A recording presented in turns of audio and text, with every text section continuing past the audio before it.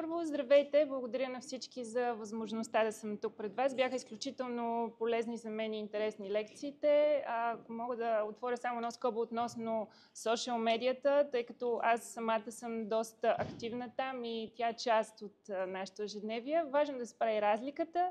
И мисля, че това децата какво избират трябва да идва от семейството и от примера, който имат от родителите. И сега ще започна към моята презентация. Ще седна, за да мога да използвам микрофона. Днес ще ви представя B-Boost, нов предтренировъчен продукт pre-workout, който е на моята линия Биляна Йотовска лейбъл. Предтренировъчните продукти или pre-workouts подпомагат енергията, фокуса и издръжливостта преди физическо натоварване. Те съдържат адаптогени, аминокиселини, витамини, минерали и съставки, които работят синергично, за да има максимален ефект самия продукт. B-Boost е специално разработена формула без наличието на бета-аланин и след малко ще кажа малко повече за това. Продуктът съдържа и електролити от кокосова вода, което мисля, че го прави иновативен продукт, тъй като няма подобен на пазара. Тук виждате и моят маркетингов слайд за продукта, тъй като, както казах, аз се развивам и в социалните канали, тъй като те са част от ежедневието. Продукта подпомага кръвообращението и енергията, съчетава адаптогени, аминокиселини, стимуланти, витамини, минерали, електролити в своята формула. Насърчава хидратацията и баланса на течности. Подходящ е както за активно спортуващи, така и за професионални атлети. Вече зависи и от дозата, която всеки ще приложи. Балансирана формула за подкрепа на тялото и ума. Той е подходящ за използване не само преди спорт, но и преди умствена дейност или дадена стресова ситуация, защото наистина подпомага концентрацията. Какви са преимуществата на B-Boost пред останалите pre-workout продукти? Не знам тук някой от вас дали е ползвал подобни продукти, но аз като бивш професионален атлет съм имала тази възможност и знам какво е да трябва да водиш дворазови тренировки, 5 дни в седмицата и какво натоварване е това. Просто енергията и силата не стигат и повярвайте ми, тук идват роля хранителните добавки и по-специално този тип продукти. Защо без бета-аланин? Първо бих казала, че повечето марки залагат на тази съставка, защото тя има изключително агресивно действие, мървучкане на пръстите, зачервяване на меките тъкани, прекалено силна превъзбуда и възбудимост, докато при B-Boost тази съставка е премахната и той има меко и достатъчно адаптивно действие. Смятам, че това е основното му преимущество. Подходящи за активно спортуващи хора, професионални атлети. Тук виждате състава на продукта. Разбира се, той е регистриран в БАБХ, Агенцията по храните. Тук мисля, че няма техни представители в момента. Който има желание, бих изпратила след това и на имейл по-подробна информация. И разбира се, сега ще премина към състава, тъй като на предния слайд не се вижда много ясно. Да започнем с аминокиселините, които отговарят за енергията и кръвообращението. Продуктът съдържа елцитрулин малат в 5000 мг. Той стимулира азотния оксид и подобрява кръвообращението, като увеличава напомпването на мускулите или muscle pump и транспорта на хранителни вещества. Също така съдържа L-аргинин АКГ, аргинин алфа-кетоглутамат в 2000 мг, който е прекурсор на азотния оксид и подпомага съдоразширяването и оксигенацията на мускулите, т.е.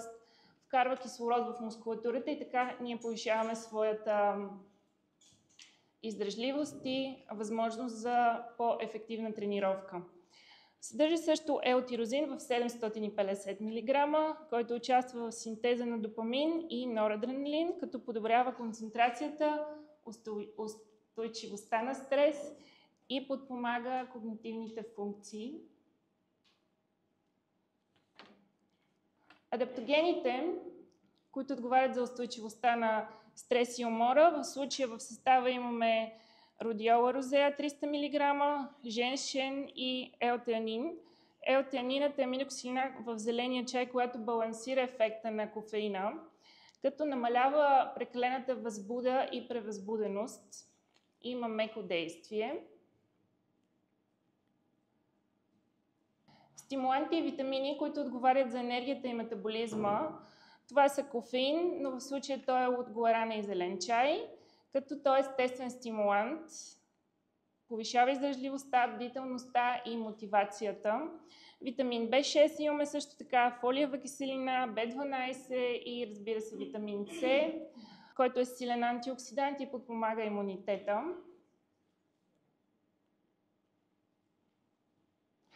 Електролити и хидратация.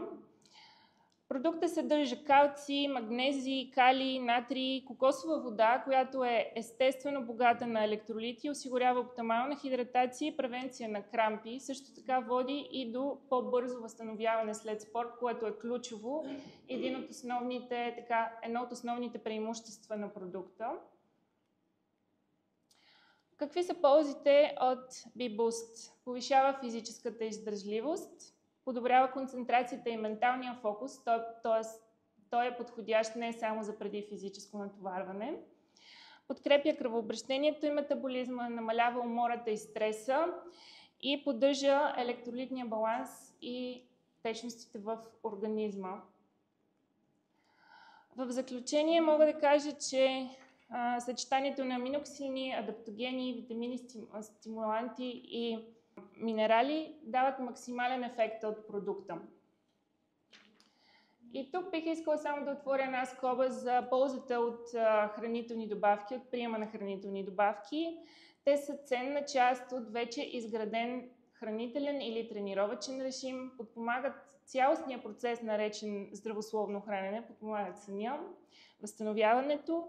Те са инструмент, който оптимизира резултатите, но не са заместител на балансираното хранене. И тук искам да споделя малко за качеството на продуктите и какво трябва да търсят именно клиентите, защото много продукти са произведени в нерегламентирани фабрики. Важно е да търсите сертификатите, разбира се, разрешителните на дадения продукт. В случая моите продукти се произвеждат в GMP сертифицирана фабрика с ISO и абсолютно всички необходими сертификати. Една от най-добрите на Балканския полуостров и аз съм изключително горда, че мога да се похваля с изцяло българско производство. Тъй като съм доста активна в социалните канали, показвам добрата страна на едно производство и го показвам от до.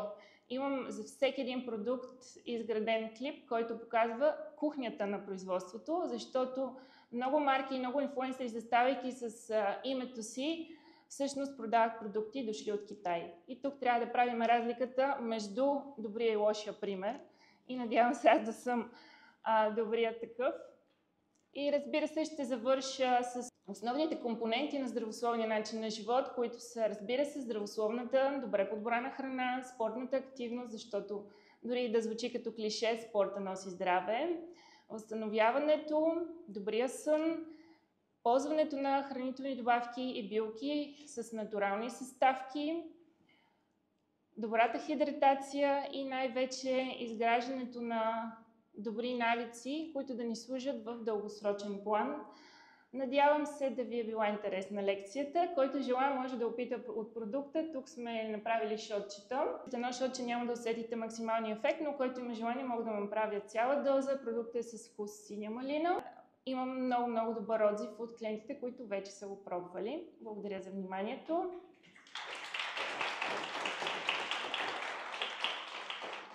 Който желая, бих могла да изпратя повече информация и на имейл или да отговоря, разбира се, на допълнителни въпроси.